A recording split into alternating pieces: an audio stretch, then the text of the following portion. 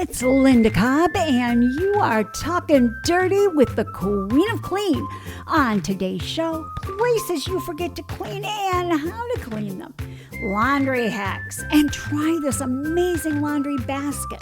Pet tips? Oh boy, have I got some good ones for you, especially for you cat lovers out there. Cleaning oven racks with what? And what can I use Coke to clean? I'm going to tell you all that and more on today's show. But before we get started, let me remind you, you can go to my YouTube channel, Queen of Clean, and there's hundreds of quick tips on there that you can view for free. They will show you how to do all kinds of things. So if you've got a question, I'm at your fingertips 24/7. Also, check out queenofclean.com. And don't forget to follow me on Real Queen of Clean and my private Facebook group, Queen of Clean Insiders. We have so much fun on Queen of Clean Insiders. Talk about talking dirty. It's a hoot. So let's get started with today's show. And the first thing I want to talk to you about is I'm going to give you a few quick tips today, something that everybody can use one way or another. So the first thing I want to talk about is restoring a fire pit. At this time of the year, a lot of you are using your fire pits, and they get kind of nasty after a while from exposure to the elements, and they may even begin to rust. So to restore it without hard scrubbing, try this method. All you're going to do is dampen a cloth with white vinegar. Then rub down that rusty metal. Let it sit for about 10 minutes before rinsing and wiping clean. Now make sure you put quite a bit onto that cloth when you're doing it.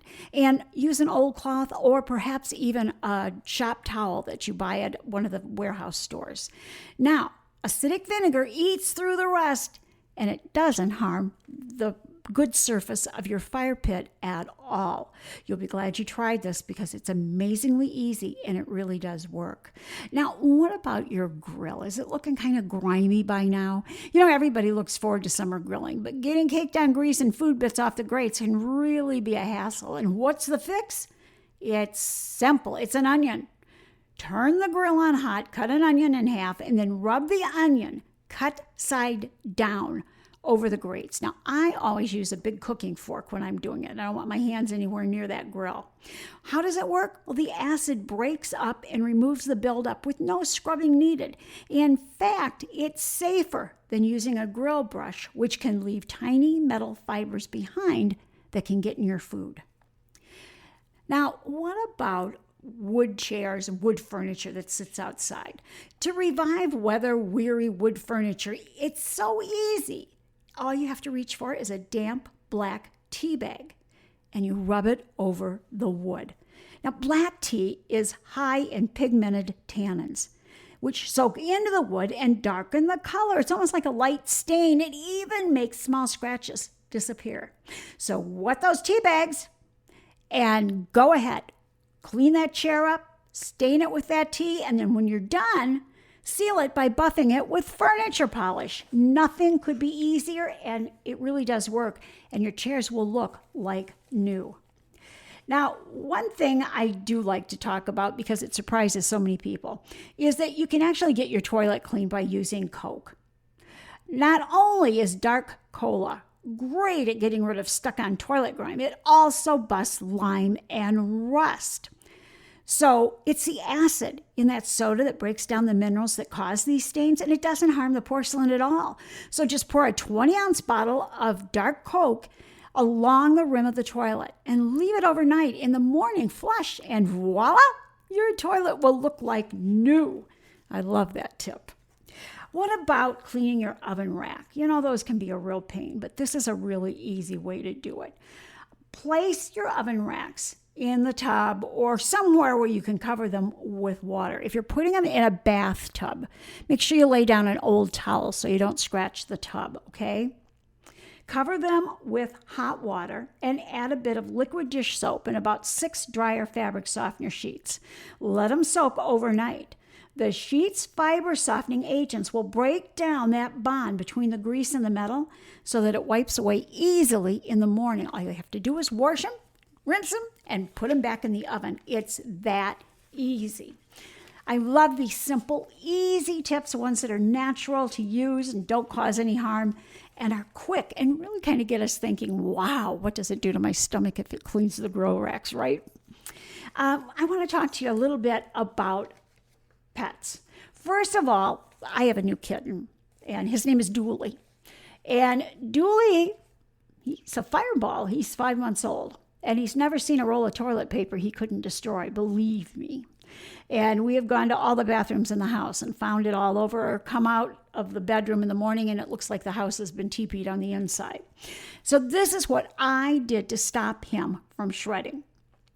I take some essential oil. Now, citrus essential oil works particularly good. If you don't want to use that, you can use a different citrus or a different kind of essential oil other than citrus. But you're going to put that on the inside of the cardboard where the toilet paper is wrapped around. In other words, that cardboard holder. Put it in there. Just a few drops is all you need. Put the toilet paper on the roll. And cats generally dislike the scent, particularly of citrus. So they will steer clear of it. And if you put it on the roll on backwards, in other words, so that it doesn't roll off the front, that sometimes will help too. They can't get that loose and do it. But I've taken to hiding the toilet paper right now because with a 5-month-old kitten, there's not much I can hide from him. Now, how do you keep a cat from clawing furniture? And believe me, I was interested in this one too. Something I came up with because, as my grandma used to say, necessity is the mother of invention. Well, here you go. I took a clawing post and put it near a chair that my little Dooley was particularly interested in. And of course, it's always the most expensive thing in the house. It never fails. And every time he used that post or went to that post, I would reward him. And I used what's called click therapy. Really simple. Place a scratching post near the chair. When your kitten shows interest in the post, push down on a clickable pin once, or on one of those clickers that you can actually buy for training animals. And the click signals the moment he's doing something right, and you're helping him hardwire that new habit. Now, when you click, make sure you give him a treat. So it's click, treat, every time he goes near that scratching post. Repeat anytime he scratches the post when you can, and he'll learn the behavior leads to a reward, and he'll leave your chair or other furniture alone. Now, something else I had to do was figure out a way to keep him from gnawing on my power cords, my cords to my computer, my charging station cords. Oh my goodness, he liked everything. Now, there's a simple way to do this. To put a stop to all of these antics, you can use bubble wrap. Yes, bubble wrap. Now, I bought the kind that has the big bubbles in it that really make a loud noise when they pop. And you simply cut a sheet of bubble wrap into about 2-inch wide strips and tape them over the exposed cords. When the cat tries to bite through the wrap, that loud pop will scare her away and she will keep her distance for good. Another problem I've had is digging. Now, with my problem, it's on inside flower pots. Yours could be, if you have outside pets, it could be outside. If they love to dig holes in the lawn, if they love to dig holes in your pots, you can stop this habit. You fill a 24-ounce spray bottle almost to the top with hot water. Then pour in 3 tablespoons, yes, 3 tablespoons of cayenne pepper.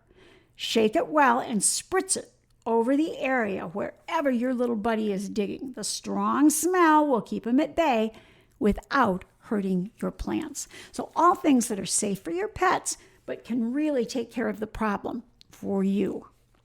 Now, let's talk about some places that you forget to clean. We all do, let's face it. And one place we many times forget to clean is the washing machine. Now, have your clothes lost that fresh scent after running through the wash? Then it's time to clean your washing machine. While every machine is different, you can clean your washing machine in just one cycle. Try pouring a mix of white vinegar and baking soda into the washer and run the cycle on hot. You can also keep your washing machine extra clean by leaving the lid or the door open a crack between uses. And there is a product that you can buy called Smelly Washer. That Smelly Washer. And I'll leave you a link at the end of this podcast for that so you know what I'm talking about. I got mine on Amazon and it's all natural and you only use a cap about once a month. And each bottle will last you for a year. And oh my gosh, it takes the smell right out, and it's safe and natural too. So I will put that up there for you. It's called Smelly Washer. And if you have towels that stink, Smelly Towel will take care of that. I'll leave a link for you for that too. Now, lots of times we forget about door frames and baseboards. On door frames, even though high up spots in your home are out of sight, dust does collect there. And in these hard-to-reach places like door frames, you can use a feather duster or a soft cloth to wipe the top, sides, and the entire surface of the door frame to remove unwanted dust or dirt. For the baseboard, I use a baseboard buddy, and that's exactly what it's called, a baseboard buddy. And a friend of mine actually invented that. I am so proud of her. And now you can find it everywhere. It's in Walmart, it's in Linens and Things, it's on Amazon. And again, I'll leave you a link so you can see what I'm talking about. You can do it standing up. You don't have to bend down, you don't have to do anything, and you can use it dry or you can use it wet. It's great. Now, under appliances, we often forget. You can't avoid cleaning behind the refrigerator or under the stove forever, although I know you'd like to. It can be easy to forget small spaces under appliances that collect loads of dust, dirt, grime, and pet hair. So pull your refrigerator out and clean the coils with a clean brush and vacuum. Then wipe down the walls, the floor, and all sides of the refrigerator with a damp rag and soap. Repeat this process under your stove and oven and any other appliances that you can reach under. You'd be surprised what you might find under. Since I have a kitten, you can guess what I find under there. I find fuzzy mice and lots of little glitter balls that he puts under there. Now, how about trash cans? Have you cleaned your trash can lately? Probably not. Taking out your trash doesn't always remove the bad odor or the smells that fell out of the garbage bag and it kind of leaked out into the bottom, and it's gotten kind of nasty. Leftover food or used bathroom products can leave behind foul smells in your trash. So thoroughly scrub that can, rinse it out with a hose or water, and spray it with a disinfectant on a regular basis to keep it clean. And just take it outside and do it. It's quick, it's easy, and you'll be done in no time. Clean your ceiling fan. You know, if you ever look up at it when it's not running, sometimes you'll find that there's actual fuzz hanging off of it. A thick layer of dust can collect on the blade. So that my easy trick is to clean it. I take a pillowcase and I pull it over the fan blade. And then I wipe the dust off and let it fall inside the pillowcase. So I put that pillowcase over the blade and then I pull the pillowcase down it. Dust comes off and goes inside the pillowcase. Do all the blades, and you're done. It's mess-free. It's easy to do. Turn the pillowcase inside out, shake it out really good, and wash it with some of your rags or towels that you use for cleaning or something, and you can use it again. I always pick up things like that at Goodwill or someplace like that. Now, make sure you're cleaning light switches, doorknobs, and handles. Switches, knobs, and handles are touched in your home hundreds of times a day. And I do mean hundreds of times. Make sure to wipe down the bathroom door handles or the kitchen knobs on a regular basis to eliminate the spread of germs and bacteria. Make sure you're cleaning your toothbrush holder. It's a hot spot for germs. Be sure to give it a good rinse or a wipe out with a damp cloth and soap every so often. How about that dirty shower curtain? Put it in the washing machine. If it's a plastic liner, throw it in the washing machine with a couple of towels and put in a cup of white vinegar and a little bit of your detergent. Let it wash. And the towels are in there, by the way, for abrasion to clean it up good. Let it wash, take it out, hang it up right away, and it's clean as new. And you know what? Unfortunately, even your dishwasher needs a good cleaning every now and then. And make sure you're cleaning out your dishwasher filter. If you don't know where that is, first of all, you're going to be shocked when you pull it out, believe me, so prepare yourself. But if you don't know where that is, look at your packaging or your booklet that came with your dishwasher and find it. If you don't have that, go online and look that up, and you'll be able to find it. It'll tell you how to clean it. And I use my smelly washer in my dishwasher, too. I do it once a month, and it cleans it out beautifully. It really does. But make sure, please make sure that you are cleaning out that dishwasher filter, because you will just gag when you see what's in there. Now, how about throw pillows? Whether on your bed or couch, throw pillows are a main attraction for dust, dirt, food, dead skin, and more.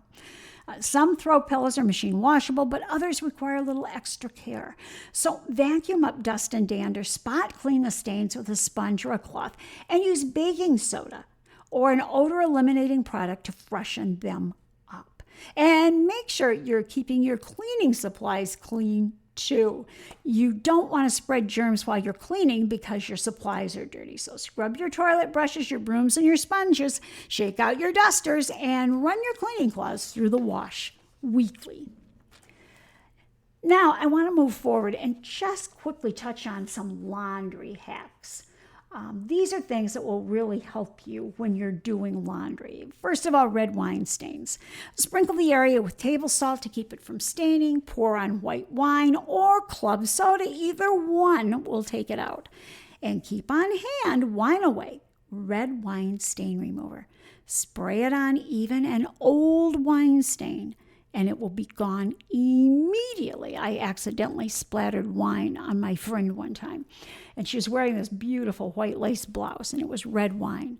And I spritzed her blouse with that, and that stain virtually disappeared. It was not there, it didn't stain or anything. Now, you can use shaving cream on makeup smudges before washing. Spray shaving cream over these makeup stains and allow them to sit for 2 to 3 minutes, and the stains should lift. And I use just, a cheap foam cleaner that you can buy anywhere, even at the dollar store. And it really does work well. Now, to remove long-wearing lipstick, which a lot of us are wearing, those are things like that CoverGirl 24-hour lipstick, those things. You can use coconut oil or a glycerin-based soap. Something like Kirk's cast steel bar soap will work well. Let it sit a few minutes, then wash the spot to be sure it's out before you toss it in the laundry.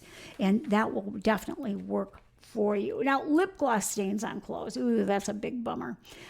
Do not rub or you'll spread the mark. Simply take a clean white cloth, moisten it with rubbing alcohol, then blot the lipstick lip gloss stain until it disappears. And another home remedy is Dawn Ultra dishwashing detergent. That works great too, to work into those things. Now, before I go, I want to again remind you that if you have a question that you would like me to answer, go to Queen of Clean and email me, Linda Cobb at queenofclean.com, Linda Cobb at queenofclean.com, and I will be happy to address some of your questions. Stay tuned for our next podcast. We publish one every Wednesday for your listening pleasure. So until we meet again, thanks for talking dirty with the Queen of Clean. Have a great day.